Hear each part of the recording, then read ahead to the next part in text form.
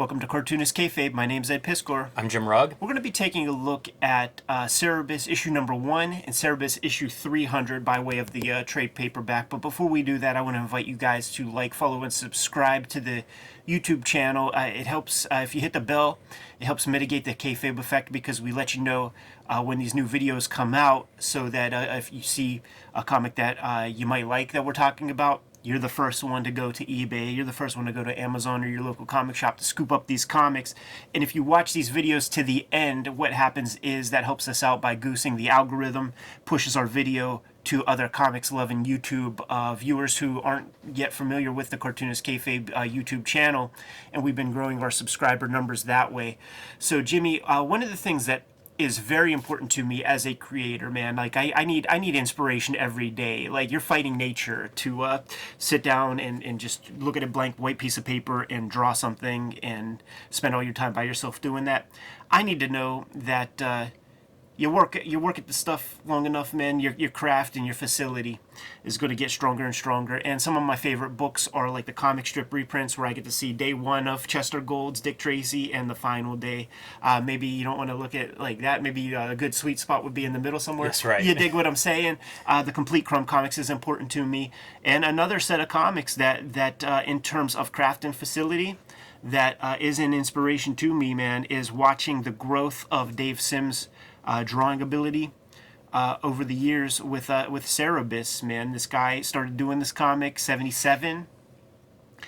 At a certain point within the first, couple of years, is like, I think I'm going to give this a go.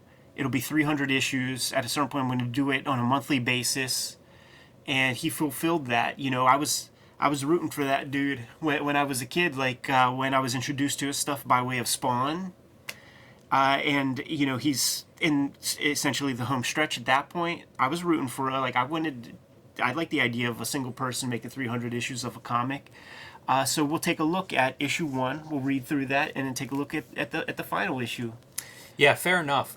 What I would add to that is Cerebus historically. It's one of those, like, I think of the self-publishing and the direct market, and it's like the Peonies with ElfQuest, Jack Katz with First Kingdom, and Dave Sim with Cerebus. Yeah. And there are ads to that effect. Like in the very early days of the direct market, these were kind of like your alternatives to Marvel and DC that comic shops, burgeoning comic shops were able to pick up. Yeah. And it's kind of interesting just that history too, because there are times when Cerebus is one of the hottest books in comics. Yes. Like there are stories of him having the penthouse suite at San Diego Comic-Con, because like that's kind of the position that he was in whenever Cerebus was at the top of its game.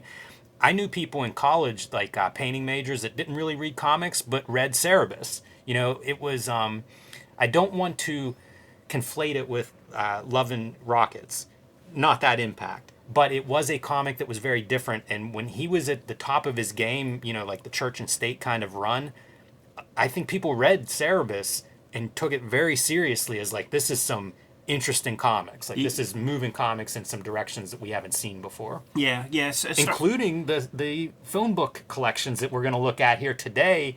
That was innovative. Sure. Yeah. In fact, they had to create businesses around it. Like other books that Dave Sim published were affected because he wanted to kind of use his own platform to sell these phone books, and like, look at that, this is about 25 issues worth of material in this sucker. When High Society comes out, like he wants to distribute that basically himself through the back pages of Cerebus.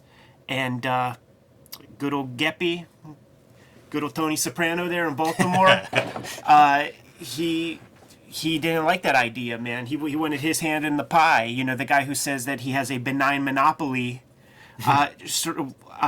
try to flex some weight and cause damage to like Puma Blues, I think, was one of the comics. That was the book in the crosshairs. Yeah, that was negatively affected.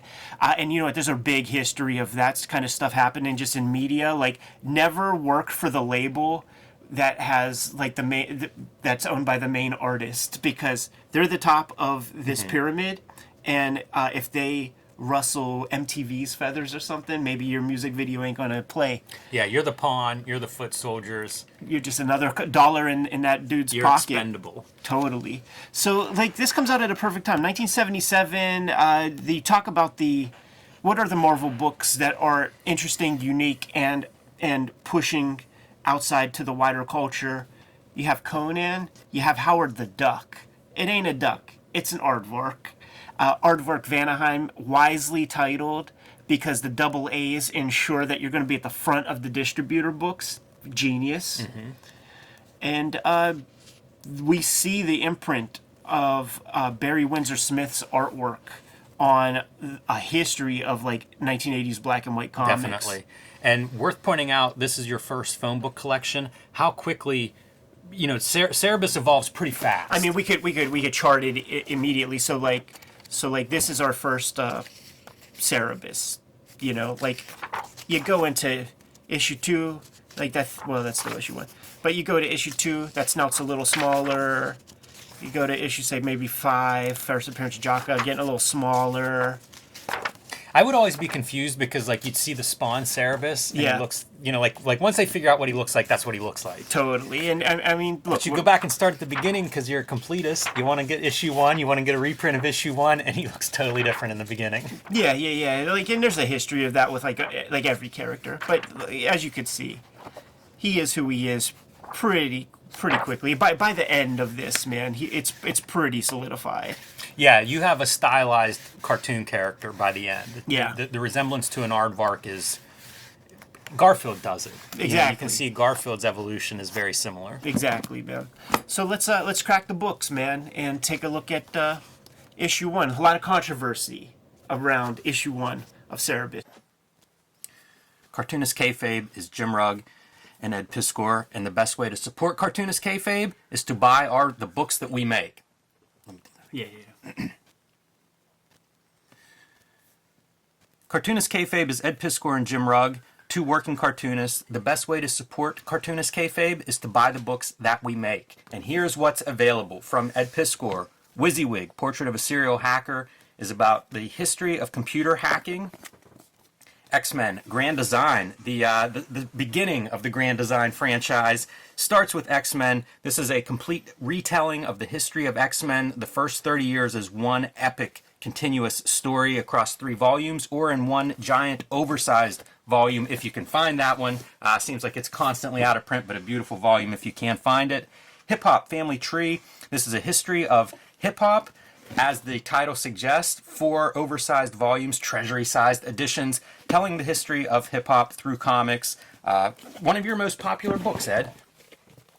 And your current book, Red Room, The Antisocial Network, available now in print wherever books are sold. This is a collection of the first season of Red Room comics, collecting 4 issues, beautifully reproduced with some great bonus material here in the back of the book. And starting in March, the next season, Red Room trigger warnings will be coming to comic book stores. This is the cover to look for. And due to some issues at the distribution level, this may be the rarest of Red Room comics. So look for this one in March. And here are the covers to keep your eyes peeled for. That's your main cover. This is a variant by Ed Piskor, a variant by Peach Momoko, and a variant by yours truly. These will be in comic shops March 9th.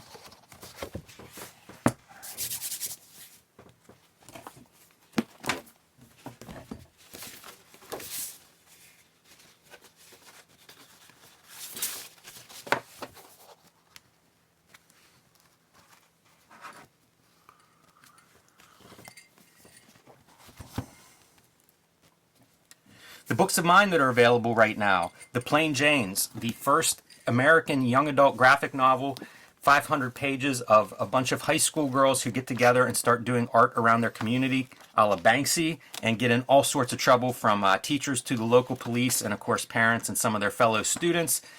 500 pages, perfect for the young adult reader or young artist in your life. Street Angel, Deadliest Girl Alive. This is my collection of Street Angel comics published by Image Comics. 8 complete full-color stories featuring the Deadliest Girl Alive, the Princess of Poverty, the homeless ninja on a skateboard.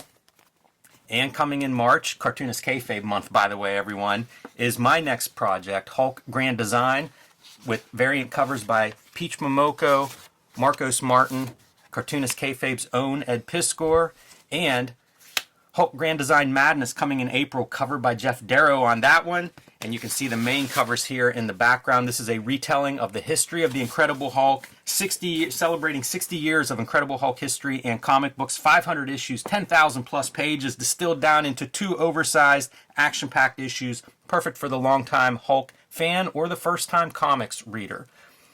And now back to our regular scheduled programming. Jimmy, this is where you come in with this right here. Oh, gotcha. All right. So there've been some archival reprint projects, lately about Cerebus and trying to kind of update it to a more digital-friendly world. And one of the things that came out, The Secret History of the Counterfeit Cerebus Aardvark #1, and it's outlined here. 2,000 copies of issue 1 printed, which pretty small if you become successful and you're doing reprints. Well, of course, cut to 1982. 5 years later, some dudes find a stack of Cerebus #1s at the flea market. 10 of them sell to the local comic shop. Go down the road, they found 20 more. They sell to the next comic shop.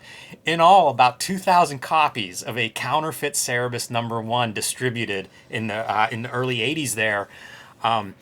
It's fascinating because, we've printed our own comics. There's no secret to this, especially a black and white comic on newsprint.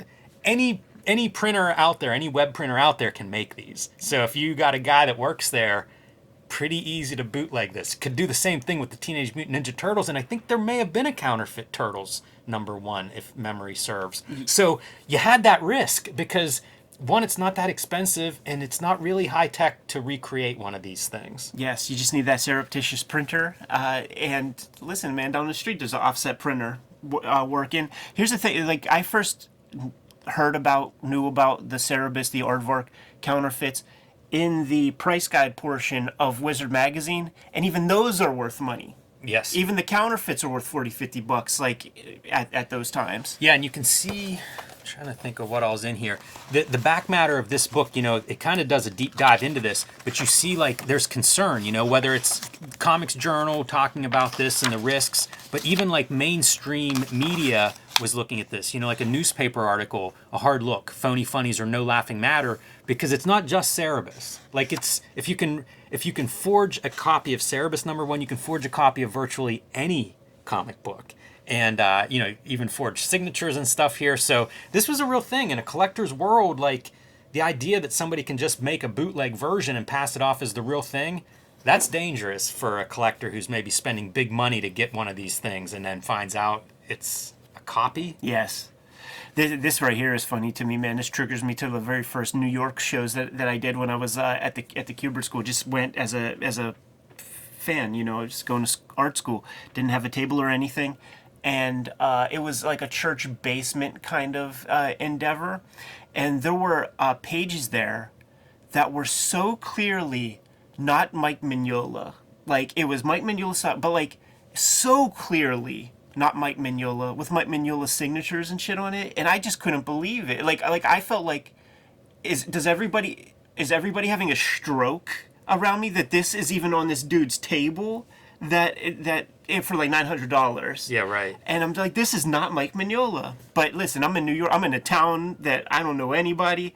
I ain't saying anything. Yeah. Anyhow. It's an interesting thing, and people that argue about CGC and stuff, this is their counter argument. The defense of those kind of certifying collectibles or whatever. I was at a comic shop 2 weeks ago and overheard a conversation with a guy saying that if he gets signed comics, he gives them away if they don't have a certificate of authenticity. Different world. I got some Frank Miller signed stuff that I got from Ides for $1. I used to find that stuff a lot because guys would sign page 1. Yeah. So, exactly. If I'm pulling stuff out of a dollar bin, you get home and look inside and realize oh yeah, I've got a signed American flag. Yeah, and it looks like the real signature too. Mm-hmm. So for fun, man, we're gonna look at this the bi-weekly joint.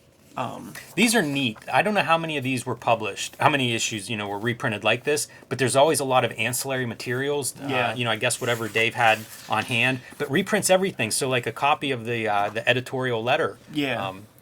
From the first issue. Yeah, for sure. Then this is the inside cover of that joint. Circulation 35,000. Man, that's nothing to sneeze at, dude. 1988 I think is the date on this one, and doing 30,000 black and white book in 1988 of a book you've already drawn, so now it's a reprint. That's a good paycheck. 2 of these a month. on top of your regular joint. Yeah, got to be near the peak of like Cerebus probably in that 80s window. So as you could tell from page 1, we are firmly in Conan territory. Absolutely. With Cerebus, the aardvark here, and you see the inking ticks of Barry Windsor Smith in this piece right here, and it is a Conan comic with this ersatz Conan, which happens to be an aardvark. It's cool to see panels like this, which I think point out Dave Sims' design sense and just eye. Good storytelling, Yeah. man. Great And storytelling in this thing. If you read, like he's done a lot on self-publishing and getting, how to become a cartoonist and stuff, and puts in the time. A big believer in putting in those 1,000 bad pages and stuff. And I think you see a lot of that here. Like, this is a pretty accomplished comic. It's a satisfying read. Like this first round of Cerebus comics before High Society, they're all one and dones. There might be like a continuing issue or two, but you got 25 solid comic book stories in this thing, man. But they are, it's about storytelling in a big way. Like the art is a little bit clunky in spots, but the storytelling stuff is all there. These backgrounds, I mean, you see these in Red Nails, this kind of grid texture and stuff. So they're on the hunt for a special flame jewel. Got to ward off some shadow demons, get some fun sword play in there, dude. That's awesome. That's cool. That's cool. That little piece hacked off there. Yeah, I don't know if it's a necromancer. It's some kind of wizard that is protecting this jewel. And so that's what they're getting, or like what the wizard's throwing at them, like a shadow creature. Right. And we're going to see a bunch of those, and we're going to see what a great warrior Cerebus is, that he's able to foil. Good all of this explosions, stuff. It's strong all around. It's good black and white art, and it's good page layouts and stuff. So I have a pro tip for the new cartoonists out there, man. You do a search on Amazon for Mr. Thrifty, is the skeleton that all the old cartoonists had on deck, so that you can make sure that your bone structure is all there. Had a big conversation with Jeff Darrow about the Mr. Thrifties over the past week, man. Used to see him in your science biology class at school or in your art class. All illegal. All illegally obtained, man. Well, if they're real. If they're real. If they're real, you have to notify authorities when you get rid of them. I had one pass through from Yeah. But yeah, at a certain age, the skeletons may be real skeletons. Just pulled out of Indian rivers. I don't know where they come from, but yeah, they're not. You can't just throw those out. Not ethically sourced.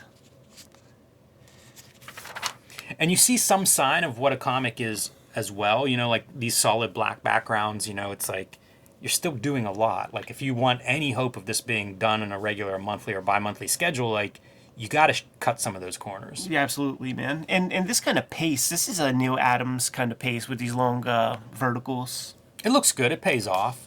It's part of the gimmick, too, because he's trying not to see this thing that he's fighting because believes it's like the sorcerer's sorcery. Like you're seeing this thing, but maybe it's not real. Right.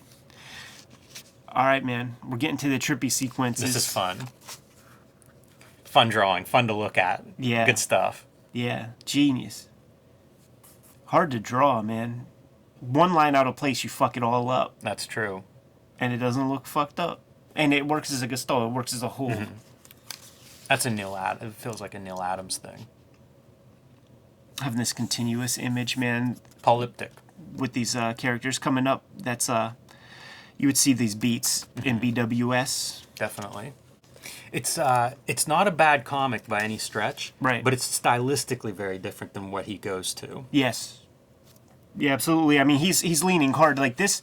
He's going out of his way to draw like Barry Windsor Smith with these weird proportioned faces. It's interesting how influential Barry Smith was when he would have these weird tics of putting these eyeballs real close together, and just because it was different, people seemed to gravitate toward it or something. Yeah, because it looked very raw. You'd have the other page of the monster or the castle or something that was amazing and you'd never seen before in a comic, and then you'd have the person who was wrong. But if the person's not wrong, I don't know if you can be influential. You almost have to have those idiosyncratic tics in your style if you're going to have people copy you. Right. Otherwise, it's you're just copying good drawings. Right. But so many, like Eastman and Laird have these proportions. So many of the black and white comics that we look at, they have these equine humanoid faces on their guys that is directly linked to Barry Windsor Smith. So here's where we see the cunning nature of Cerebus the Aardvark, where he could tell that this is some sort of magic. This is some sort of optical illusion. So it's like that great episode of The Simpsons. I'm going to walk like this, and if you're in front of me, it's your fault. Closes the eyes, swinging the sword, back and forth, back and forth. Who's the man behind the... Pay no attention to the man behind the cloth. Yeah, it reminds me of Wizard of Oz. Exactly. You know, like we're exposing this guy behind his illusion. Yeah.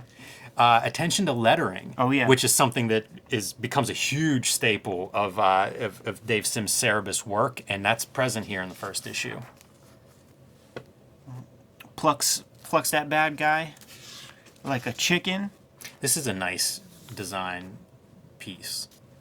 There's just that background kind of wafting through. Yeah. Yeah, and once again, using some different textures and stuff. All still BWS textures. He's very gold focused, this young Cerebus, man, this young warrior. He's a mercenary, so just hook me up with this pouch of gold. Yeah, your 10 pouches of gold. Yeah, these dudes are like, man, this jewel's worth so much more than that. And he's like, nah, that's the deal. That's the deal. Yeah. And then you realize that, well, they realize that the jewel was also an optical illusion. It's a walnut. Yeah. Always funny when they'd show Cerebus riding, like his back legs are just splayed out and he's kind of bouncing on the top of the horse. Never like, sitting on it. The legs are way too short to wrap around a horse. And listen, it implies motion in a great way. It does. It's sort of the car principle of like, get those tires off the ground, get Cerebus bouncing off the saddle. Exactly.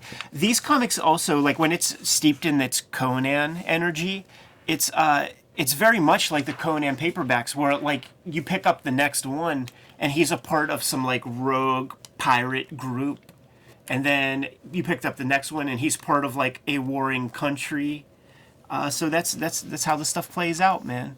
How about this? Other Canadian comic books. So this is a reprint from issue 1. Other Canadian comic books that are available. I have Auric Con number 1. Yeah, I have that. I might have Fantasia number 1 as well. I was looking at that and I was like, maybe I should try to pull these out. And then I was like, I'm not digging these out.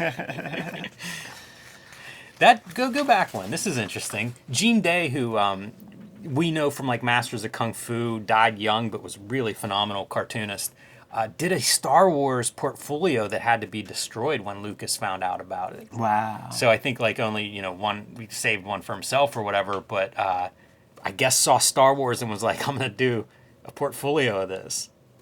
Amazing. Yeah, I'd be curious to see some of those.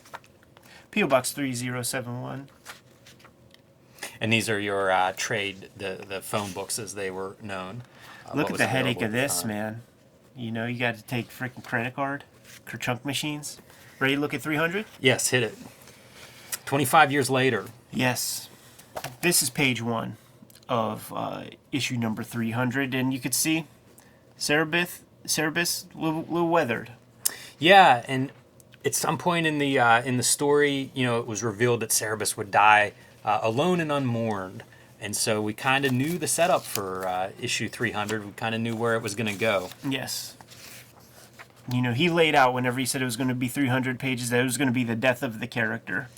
And one of the big changes, background artist Gerhard joins him pretty early on in the Cerebus run. Church and State era. Yeah. Second trade paperback of Church and State. Gerhard starts to show up. And I can remember reading, I think it was a Comics Journal interview with Gerhard, and he would talk about like his techniques for drawing these backgrounds, which sometimes featured really complex perspective, but also that he would hatch in this way where he would like 45 degrees, you know, turn your hatching lines depending on how much hatching you want, how dark you want. So like here we have, you know, 4 or 5 sets of hatching lines compared to some places where like a light gray, it's maybe just one or 2 sets of lines. And a lot of his hatching, it's about color rather than fading the grays, you know. It's largely about color, and more often than not. He would also build sets, backgrounds, from what I remember. Those Canadian guys and building their towns. Yeah, Interesting Cerebus aged. You know, like we were talking about how like within a dozen issues or so, it's sort of like the aardvark has become the cartoon character. But now here we are at the end. You know, like this is your Cerebus normally, but at the end he's kind of this old weathered, wrinkled up form. And this is simply life flashing Exactly. before one's eyes. You know, this is some proto, like pre-comics Cerebus that we don't often see.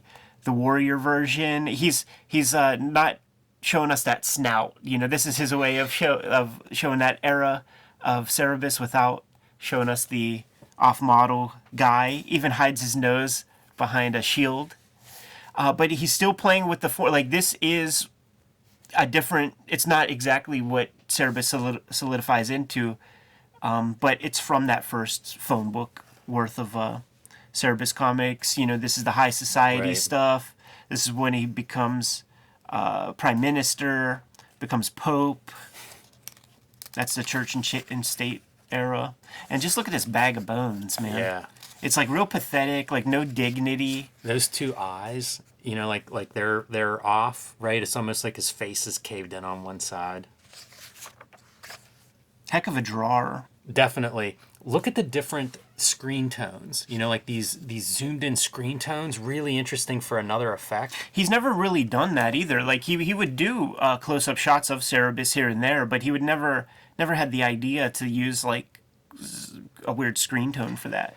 And we see the life go out of the eye. That's amazing. Yeah. Imagine if you saw that in a script. Absolutely. And you know, it's that little tiny. I was staring at this last night trying to figure out, like, how does he do this? And I swear it's that white highlight just disappears. That's and when it. it's gone, it's really like an abyss. Isn't that like one of the first things that you learn when drawing? One of the first observant things you do when you're watching cartoons is like the second you put that little glint in the eye, it becomes lifelike. Yeah. It's the first eureka moment of a young artist is to put that little highlight in the eye, and you're just like, whoa, what did I just do? So you take it out, and now you got this desiccation. And it's cool, you know, the other formal element on this page is these are in a panel border. You know, like that's what's happening. That's the now. And then all those moments of the light flashing before your eyes around it as he's dying is the softer panel borders. Yeah.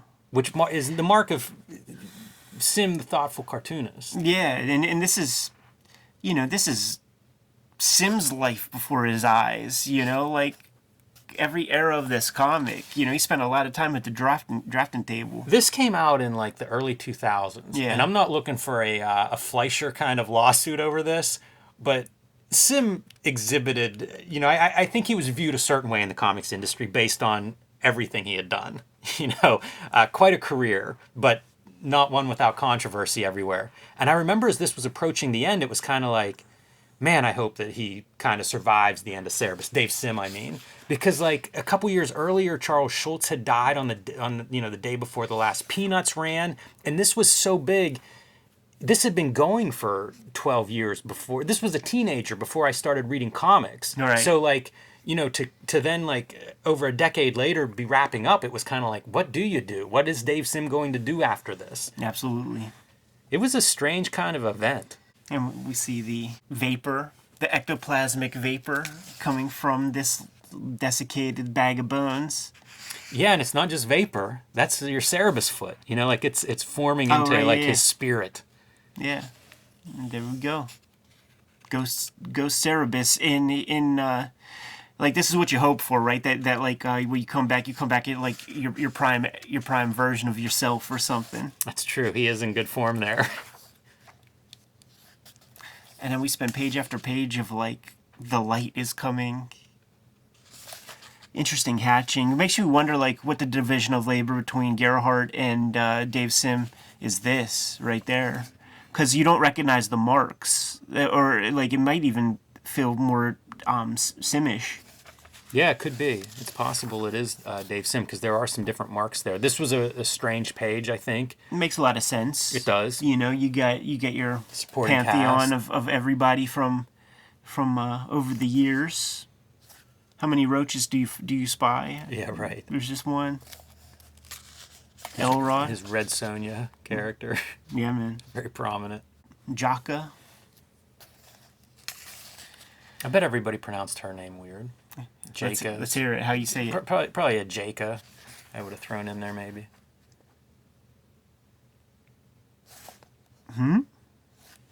Is that God?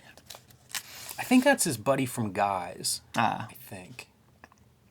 I would get little pockets of Cerebus, that you'd end up with for whatever reason, a block of them at a flea market or something like that, and it would always be like, it was such a random way to read, like, oh, there's 6 Cerebuses. Right. Of them just sitting in a tavern drinking beer and playing that card game. pickleball or whatever that thing was. Yeah. You're seeing the influence of the religion that Dave, I don't know, found, invented. You spend a lot of time by applied. yourself inside your head, man. Yeah, exactly. And you're seeing that, like that really, I think, influenced the last maybe 5 years or so. It was kind of what these latter days, a lot of them dwelt on. Yes. Even with the lettering. There's that lettering you were speaking of. One of the great hand letters in comics. A advocate for the Hunt 102 pen nib, which would be a departure from issue 1, if you're thinking stylistically of comparing the two, became, that pen became like a default tool pretty early on, and you see it in the fine lines. He would talk about going through pens and buying them by the boxes and throwing out like 1 out of 2 points because of the quality of the pen nib. Yeah. In his guide to self-publishing, he was very famous with saying, like, listen, get one of everything. Get one of every nib.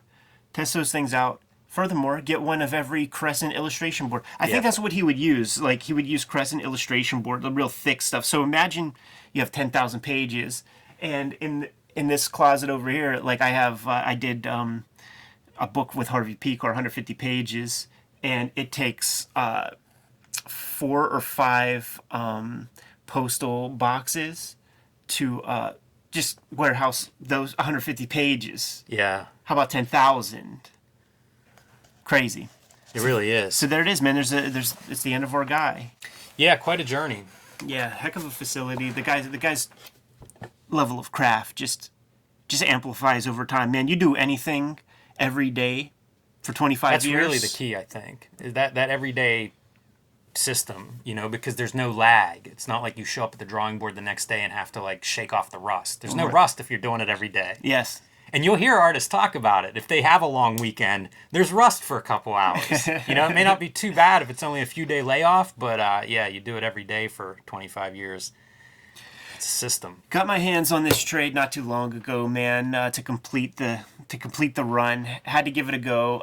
You don't see these in comic shops any longer in a big way, like it takes a big footprint up in a retail space, and it does seem like comics retail, brick and mortar, is becoming smaller and smaller, just shrinking more and more.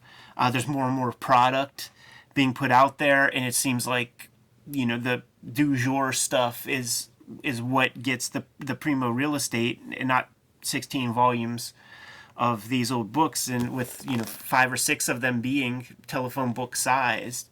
But yeah, it's a cube. All those shelves that have like the square cubes. You'll fill up one of those cubes with it. I sold mine. I had a full run of the phone books, and I didn't think I was going to reread them, and they do take up a lot of space. So I got rid of mine several years ago in my I hate to call it the Great Purge. My regretted ever since purge. Yeah. And I knew a friend who had a comic book shop, and he tracked sales very closely. What I think of as like the new model of comic shops. And he said he had the set on the shelf for a year, and didn't sell one of them, and ended up putting something else in that space. That's what every retailer said, man. This was the hot property for a while, but it's that give away the razor, sell the blades thing. Like when it was coming out in issues, it was just that constant reminder on the new racks that these things existed. It's a statement. Like when you see all of this, it catches the eye from a distance. They looked good too. That's a pretty striking image, I think, for a cover, and for black and white. It's again pointing at Dave as a good designer there. But you're right about if you're coming out with a monthly book, this is the way you catch up. Yeah. Because if you're on issue 230, people don't want to go buy 229 back issues. For one thing, where are you even going to find a comic shop that has those in stock? And then what do they cost? These trades were brilliant. He kept them in print, and it was like, hey, you're a new reader. Here you go. Buy 4 of these volumes, and you're up to speed. You get the whole story. Yeah, I got about 12 of these for Christmas one year. And it was That'll keep you busy. It was after Spawn 10 came out. Like Spawn 10 came out that year, and on my Christmas list that year, I'm trying to think, this is the 6th printing. Here's a story that I think I read in the back of issue 300 in the back matter, I believe. And it is that, we've been covering Neil Gaiman and Todd McFarlane's dispute on that Spawn issue, and we've looked at all those Spawn writers' issues. About $100,000 check everybody got. Yeah. Sim sent his to a charity. Yes. So, Yeah, for sure. no lawsuit there. But I think he's reprinted it. I think the way he interpreted whatever deal with Todd is, I can print it, you can print it. So I think there have been Dave Sim editions, or maybe they're forthcoming or something. Of the Spawn? I think so. I feel like I've seen... Yeah, like now everything feels like a dream because people email us messages and you see stuff online, and I'm trying to figure out if I've actually seen it in person, but I feel like there was a Dave Sim produced version of that comic.